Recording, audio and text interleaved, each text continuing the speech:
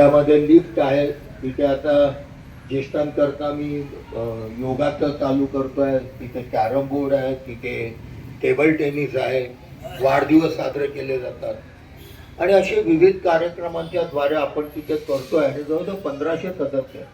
हे का सांगतो म्हणतात की ज्येष्ठ असं पूर्वी म्हणायचं, ज्येष्ठ झाला का तू कोपऱ्यामध्ये बस, पण आता कोपऱ्यामध्ये बसायची वेळ आलेली नाही.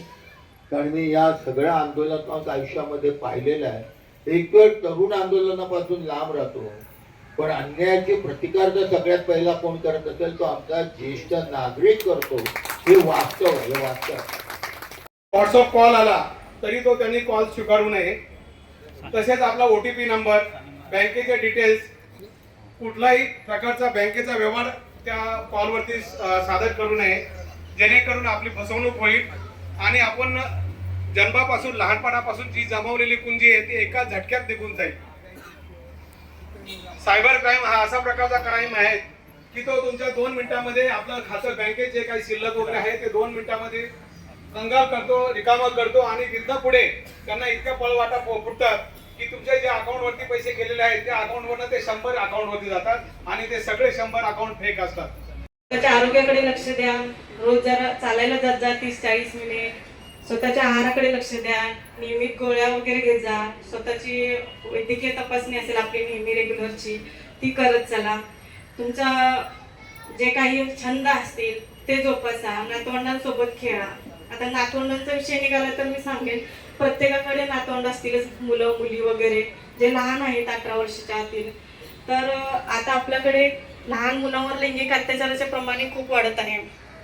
तर आम्ही निर्भया अधिकारी म्हणून किंवा निर्भया स्टाफ आम्ही डेली कॉर्नर मीटिंग घेतो किंवा शाळेत जातो. शाळेत जाऊन पोलीस दिदी म्हणून एक प्रोग्राम घेतो, पोलीस दिदी. त्याच्यामध्ये आम्ही सांगतो की गुड टच काय आहे, बॅड टच काय आहे. लहान मुलांना एकेका वर्गामध्ये सांगतो गुड टच कुठले, बॅड टच केलं तर काय करायचं. तर तुम्ही तुमच्या नातवंडांना सांगा बॅड टच म्हणजे काय आहे. आपल्या बहोडा पोलीस स्टेशनचे वरिष्ठ तिन्ही अधिकारी यांना आम्ही म्हणजे पहिला तर पत्र दिलं होतं सिनियर पहिले. आता आपले नवीन सिनियर बदली झाले आहेत, त्यामुळे माझ्याला त्यांची काही भेट झाली नाही. परंतु पूर्वीचे जे सिनियर होते वरिष्ठ पोलीस निरीक्षक, त्यांना आम्ही सांगितलं होतं की ते मला मी माझे प्रतिनिधी म्हणून पाठवतो म्हणून बोललो. चला आता त्यांनी नाही तर आपल्या नवीन सिनियरला भेटा. पण तरीसुद्धा बहोडा पोलीस स्टेशनचे एवढे उपकार आणि एवढं सहकार्य आपल्याला की त्यांनी आवर्जून साहेबांनी सांगितलं की आम्ही येणार, ज्येष्ठ नागरिक आहेत तर आम्ही त्या कार्यक्रमाला उपस्थिती दाखवणार. व साहेबांनी आम्हाला लगेच सांगितलं. मॅडम पण तयार झाल्या. त्याबद्दल मी बहोडा पोलीस स्टेशनचे संपूर्ण बहोडा पोलीस आपल्याला मार्गदर्शन नेहमीच लागतं, त्यामुळे त्यांचेही आभार मानतो. पुन्हा हा कार्यक्रम करण्याच्या मागे नुसतं एकटा कोणीच करत नसतो. त्यामध्ये माझ्या मंडळाचे सर्व सहकारी, त्यांचे मदत म्हणजे आज जवळजवळ नाही म्हणता बघायला गेलं तर एक 15 ते 20 दिवस जी धावपळ असते त्याच्यामध्ये आपली वेळ हे करून तिथे वेळ देणं म्हणजे आपल्या कामाची वेळ वाया घालून आपले वेळ देणं मंडळासाठी, हे सर्व मंडळातले कार्यकर्ते सभासद ते आम्हाला सर्व त्यांचा पण मी आभार मानतो की एका शब्दामागे जर आपण बोललो तर बिचारे कामं टाकून इथे येताना ती कामाला पुरा करायला आम्हाला मदत करता मंडळाला. आणि एक असं मी सांगू इच्छितो, अजय चौधरी साहेबांनी जे आता काय सांगितलं काय की ज्येष्ठांकडनं मार्गदर्शन आपल्याला मिळावं.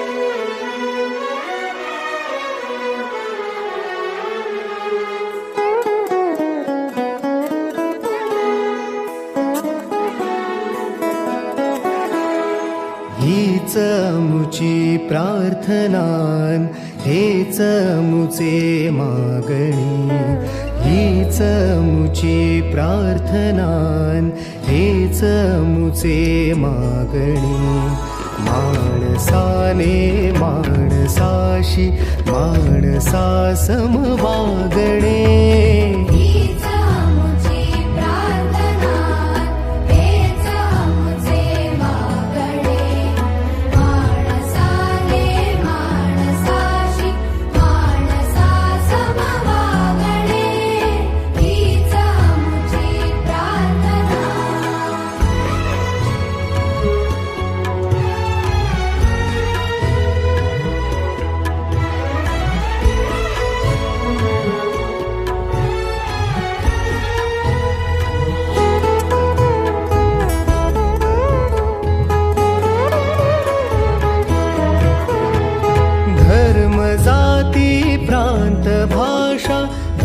सारे संपू दे. धर्म जाती प्रांत भाषा द्वेष सारे संपू दे. एक निष्ठा एक आशा एक रंगी रंगू दे. पुन्हा पसरो मनावर शुद्धतेचे चातडे.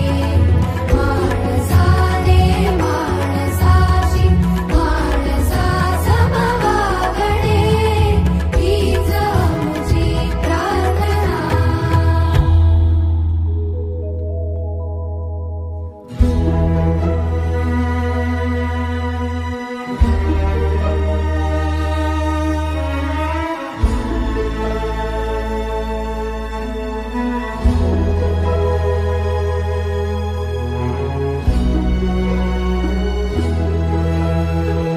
भोवताली दाटला अंधार दुःखाचा जरी. सूर्य सत्याचा